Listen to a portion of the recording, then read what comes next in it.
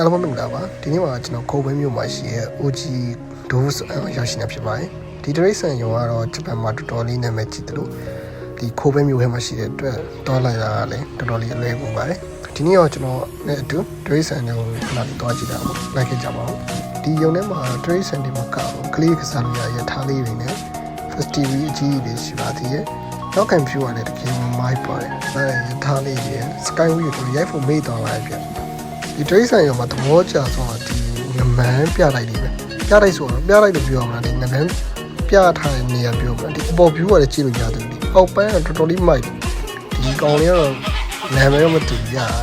တော်လေးနားကြီးရတော်လေးနန်းနေတယ်နန်းစုံနေတယ်ပြဒီကောင်တော်တော်လေးစိတ်ကြိုပေါ်လေးရှားရအဲ့တော့နောက်ဆုံးလူရင်းမပြောရမယ်ပေးရရှင်မှာအချိန်ရပြီးရင်သွားကြပါအဲသွားမယ်ဆိုရင်မနေ့ကနေ့သွားပြီးတော့နေခင်းနေလေအဲ့မှာခမင်းဘူးလေးထုတ်သွားပြီးတော့ထိုင်စားလို့ရပါထိုင်ကိုတိုင်းရှင်အများကြီးပဲဂျပန်နေဒီတိုင်းလာနေကြလို့ကျွန်တော်အများကြီးမြင်ခဲ့ပါတယ်ကျွန်တော်နောက်ဆုံးအကြံပေးချင်တာကတော့ရီစာနီနဲ့တောင်းပါဖြစ်ဖြစ်တငယ်ချင်းနဲ့တောင်းပါဖြစ်ဖြစ်ဒီကောင်မဖြစ်မနေစီးခဲ့ပါလက်မှတ်ကတော့လူကြီးတယောက်ကိုလေးရလို့ပြောပါရယ်စီးပြန်စီးခဲ့ကြပါဥစွစွမဲပေးရပါ